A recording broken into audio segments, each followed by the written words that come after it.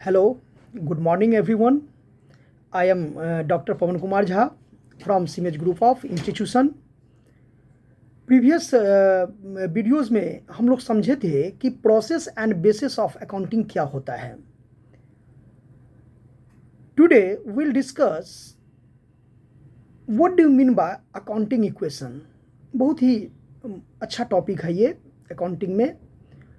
और इस accounting equation में हम लोग समझते हैं, जैसे मैथ में हम लोग जानते हैं कि LHS इक्वल टू RHS होता है, तो कुछ ना कुछ उसी से मिला जुला यहाँ अकाउंटिंग में भी देखने को मिलता है. तो अकाउंटिंग में कहा जाता है कि जितना आपका एसेट्स होगा उतना ही आपका लायबिलिटी और कैपिटल होगा, यानी assets equal to liability plus capital. हालांकि इसको बहुत सारे जो राइटर हैं वो इसमें चेंज भी करते हैं, लायबिलिटी प्लस कैपिटल या कैपिटल प्लस लायबिलिटीज़, इस तरह से वर्ड लिखते हैं. तो accounting equation is also known as balance sheet equation. इसको हम लोग बैलेंस शीट इक्वेशन के नाम से भी जानते हैं.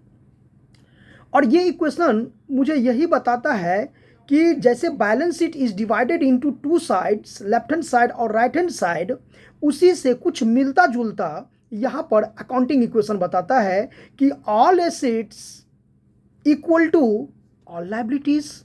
अब ऑल लायबिलिटीज मतलब यहाँ पर इंटरनल लायबिलिटी भी और एक्सटर्नल लायबिलिटीज भी, यानी जो लायबिलिटीज एक बिजनेस के लिए होता है, बिजनेसमैन को चुकाना होता है, तो बेसिकली उसको हम लोग इंटरनल लायबिलिटी के कैटेगरी में रखते हैं, जैसे कि कैपिटल हो गया.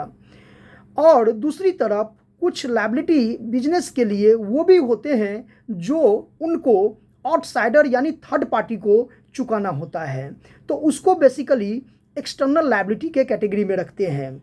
तो यहाँ अकाउंटिंग इक्वेशन बेसिक इसका जो मेन फॉर्मूला है वो यही कहता है कि assets equal to capital plus liabilities. हालांकि इसको और भी बहुत सारे फार्मूला से हम देख सकते हैं, और भी बहुत सारे फार्मूला देख सकते हैं, जैसे assets equal to internal liability plus external liabilities, या एसेट्स इक्वल टू इक्विटीज़, या हम यहाँ पर ये भी कह सकते हैं कि एसेट्स मतलब टेंजिबल और intangible. There are two types of assets. जो एसेट्स मुझे दिखाई दे उसको हम लोग, जिसको हम टच कर सकते हैं, उसको टेंजिबल के कैटेगरी में रखते हैं, और बाकी जो रिमेनिंग एसेट्स होते हैं उसको इंटेंजिबल के कैटेगरी में रखते हैं. यानी पांच एसेट्स को अगर हम लोग छोड़ दें तो बाकी टोटल का टोटल टेंजिबल एसेट्स कहलाते हैं. यानी इंटेंजिबल एसेट्स जो 5 है वो उसमें बेसिकली आपको गुडविल को शामिल किया गया है, उसमें trademark, patent right, copyright, accounting software, इन सभी को बेसिकली इंटेंजिबल एसेट्स के कैटेगरी में शामिल किया जाता है.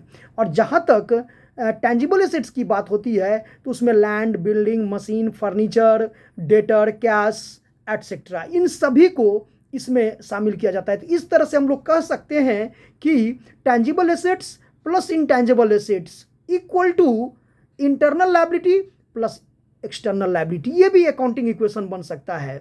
जैसे एसेट्स इक्वल टू आप इक्विटी भी कह सकते हो, या एसेट्स इक्वल टू आप इक्विटी का मतलब यहाँ पर हो गया, दो इक्विटी हो जाते हैं.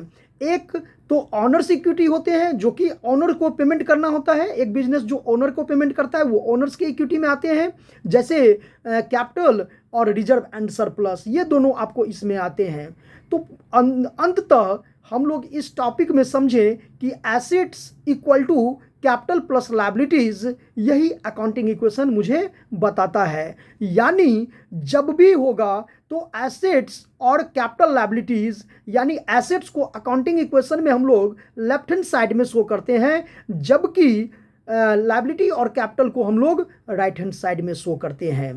तो यहाँ पर फाइनली मतलब ये हुआ कि assets equal to total equity, या assets equal to external equities plus internal equities. इस तरह से भी हम लोग इसको संबोधित करते हैं अकाउंटिंग इक्वेशन को. तो यहाँ पर जब हम लोग बैलेंस शीट, इसीलिए इसको बैलेंस शीट इक्वेशन भी तो कहा गया है ना, कि बैलेंस शीट में जैसे टू साइड्स होता है, लेफ्ट हैंड साइड और राइट हैंड साइड, उसी तरह से अकाउंटिंग इक्वेशन में भी टू साइड्स होता है, left hand side and right hand side. यानी left hand side is called asset side and right hand side is called liability and capital side. लेकिन यही जब बैलेंस शीट के पॉइंट ऑफ व्यू से हम लोग समझते हैं तो balance sheet is also divided into two sides, left hand side और राइट हैंड साइड। तो left hand side is called capital and liability side और right hand side is called assets and property side. यानी जब हम इसको conclusion करेंगे तो यही निष्कर्ष पर पहुंचेंगे कि जो अकाउंटिंग इक्वेशन में लेफ्ट होता है वही बैलेंस शीट में राइट होता है, और जो बैलेंस शीट में राइट होता है वो अकाउंटिंग इक्वेशन में क्या होता है, लेफ्ट होता है, यानी अपोजिट।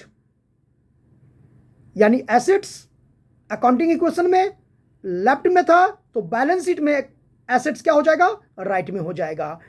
अकाउंटिंग इक्वेशन में लायबिलिटीज कैपिटल जो राइट में था वो बैलेंस शीट में क्या हो जाएगा, लेफ्ट में हो जाएगा।